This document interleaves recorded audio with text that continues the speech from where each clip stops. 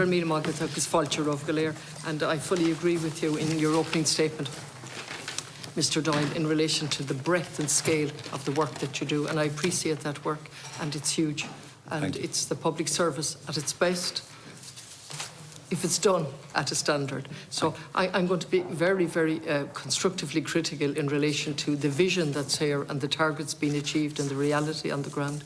But if I could just start with the McVerry Trust, and I hope that they'll see sense and they'll be before us. What I have before me here, a chapter from the Controller and Auditor General, and a Section 47 Inspector's Report, another from the voluntary housing, they requested, the Charities Regulator requested it. All of those reports on an entity that was pushed into a position of providing homelessness because the state didn't do it. And so we've all praised it in the past, but we have a debacle on our hands now, haven't we, in relation to the lack of oversight and monitoring.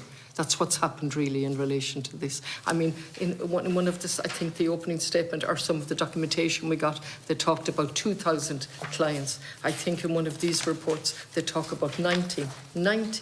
The AHB in 2022 reported supporting 19,000 people, was active in 28 local authorities and so on.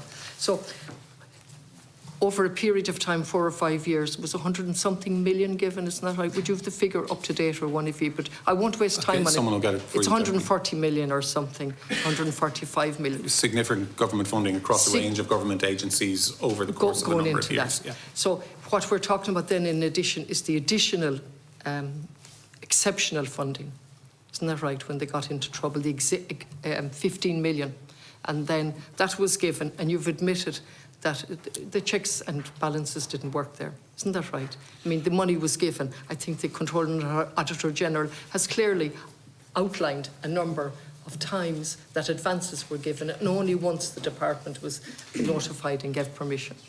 Well, that was around the time that the Trust was in that crisis. No, I heard your explanation, but there were other times when there was no reason for that, and the departments... I don't think there were other times when there was no reason. Was there a number of advances given without permission? It was around that particular all of those. Moment in time, yes. Just to be specific here now, it was advanced, and on each occasion you were aware of that and gave permission or not?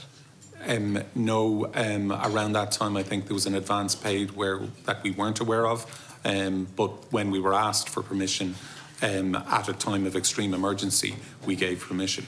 Yep. That was for that 2 million figure.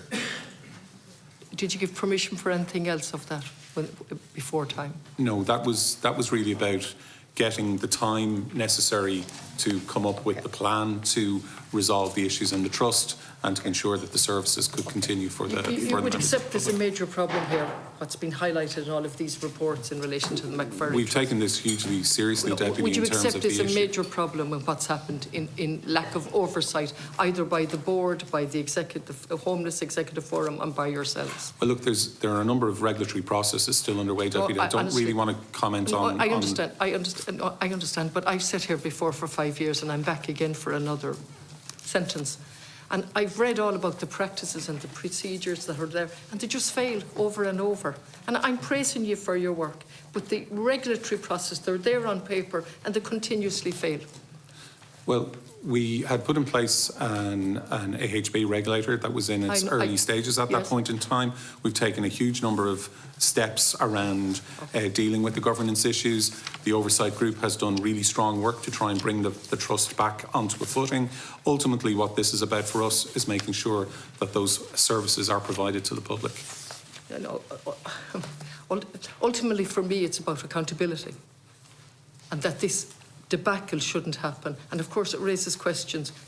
What's going to happen? Will it arise with other approved housing bodies or other entities? If the governance has failed utterly here, and we're right up to today, that entity has flatly refused to come before us, even with a new chair who has immense experience of public accountability. That entity has refused to come before us today. Does that not augur badly? And nothing has been learned?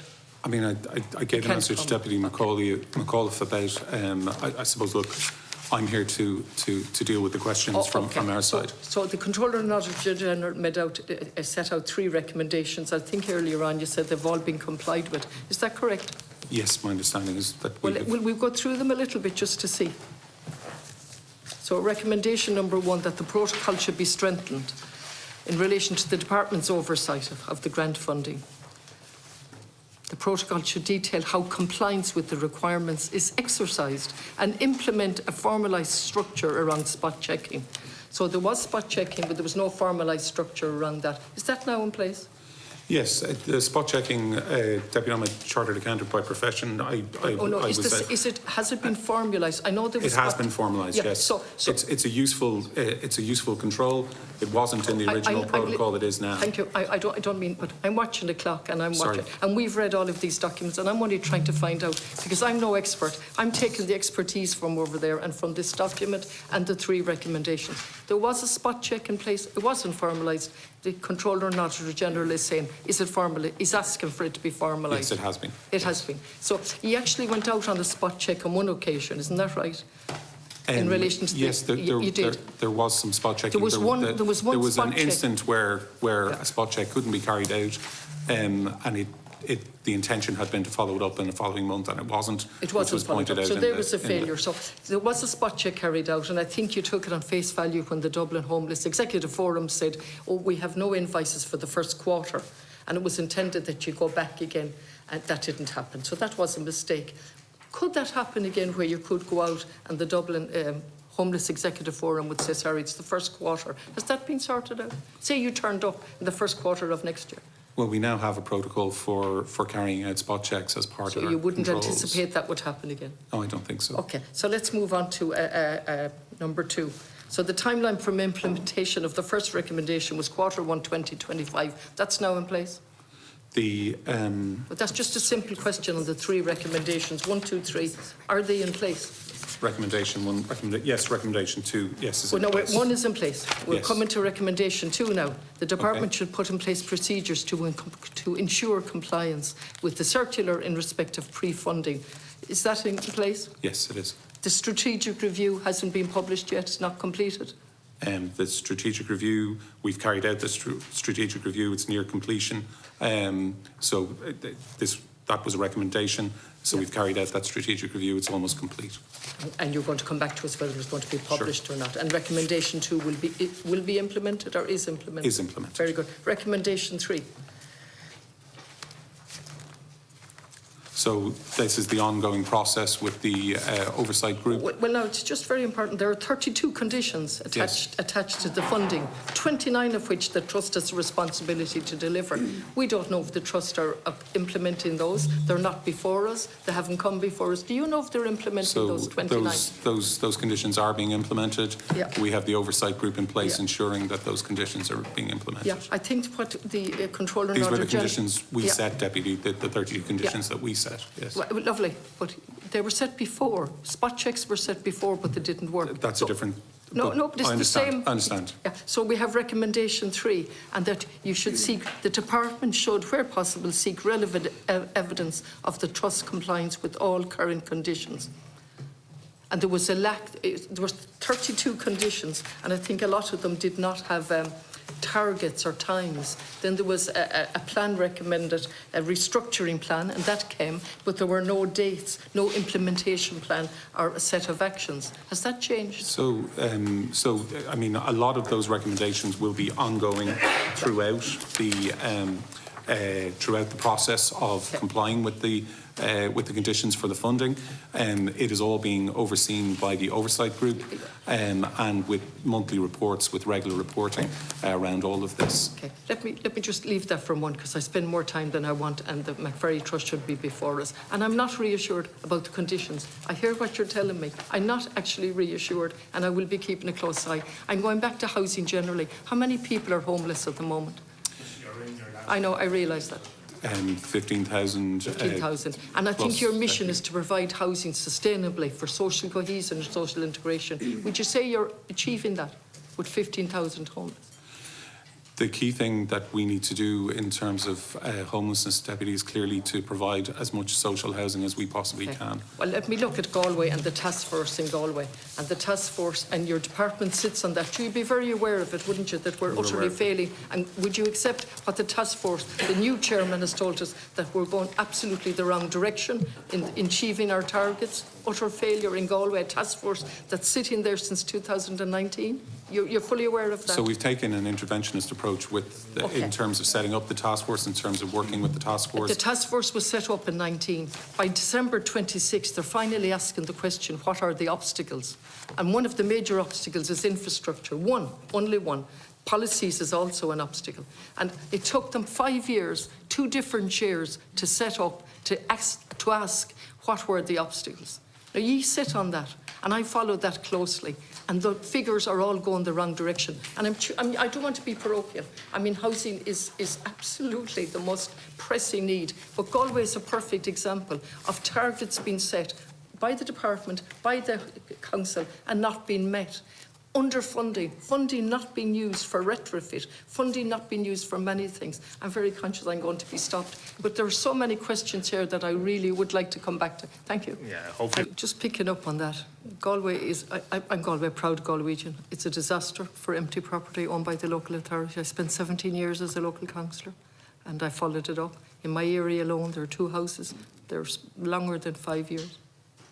I can think of an estate that's empty for 15 years, and I can see absolutely no reason. I won't waste my time. I'm highlighting it, and I'm telling you. And I have no idea. It's not 1 year, it's not 2 years. Somebody dies in a house, and then it's left empty for over 5 years. It's there, and we've highlighted over and over. Just generally, I'm going to make just 1 or 2, and then ask very specific questions. Just generally, it's very difficult to be here, no reflection on you whatsoever. But to me, the policies that the government is doing, that you've to implement, is simply not working.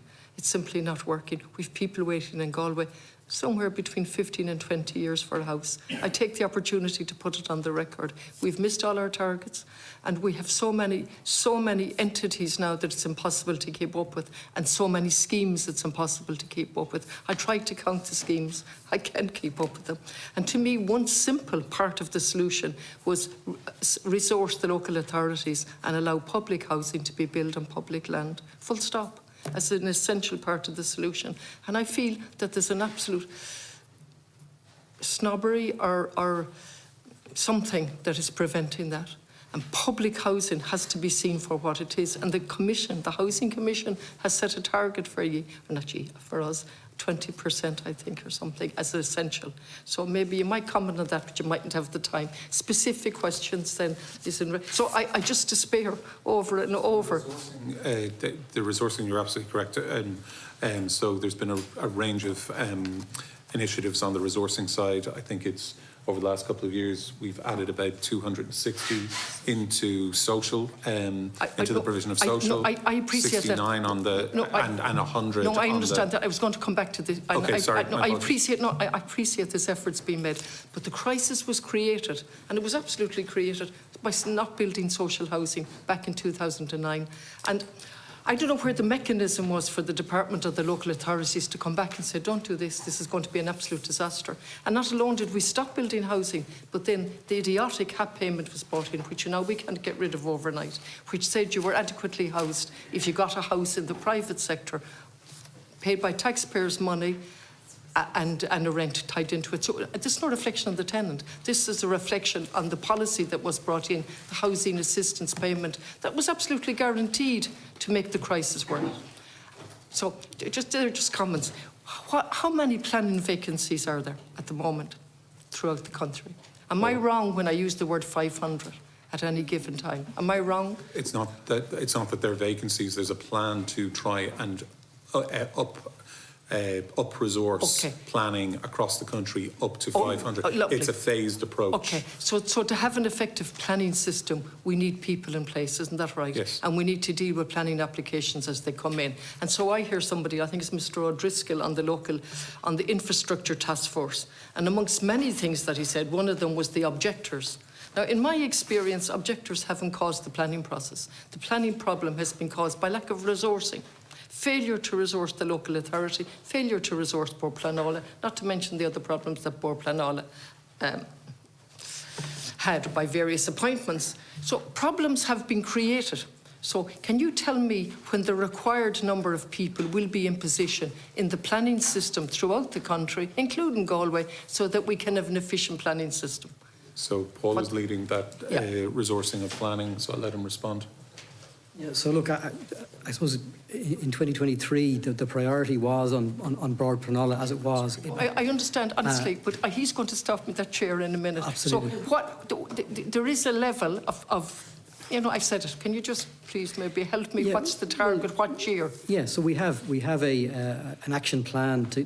What's the target? What year? So the target is to increase, the people working in planning, not just planners, but people working in environmental assessment and administration to support planners.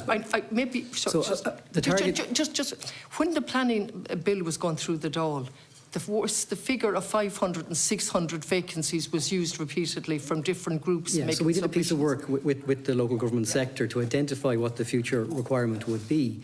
There's about 1,500 people working or posts sanctioned in planning departments across the country. It was identified that just over 500 additional people would be required. So we put a plan in place in local government. We put a plan in place when we published the planning bill in October of last year. Bill roughly 100 posts per annum because the qualified people simply aren't there. I understand. So there is a plan in place. There is an absence of people to have an efficient planning system and to have an efficient local authority system, and there's a plan in place to sort that out. Yes. Okay. So the next one then is in relation to inspections. Inspections are very low. Keep it very brief. Okay, well, I'm just asking specifically. I will. Inspections are very low. The take-up of disability grants is very low. There's underspending in lots of programmes, and I'm looking at an absolute housing crisis.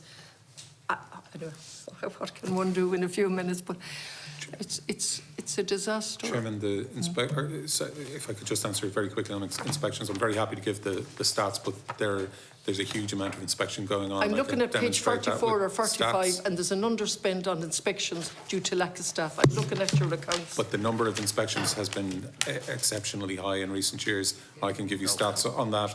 The grants to adaptation grants. Can I just stick on what's before me? And what I see is an underspend on the most basic thing, that we have an inspection system. And on page 44 or 45, it tells me, all right, okay. I'm sorry. I know.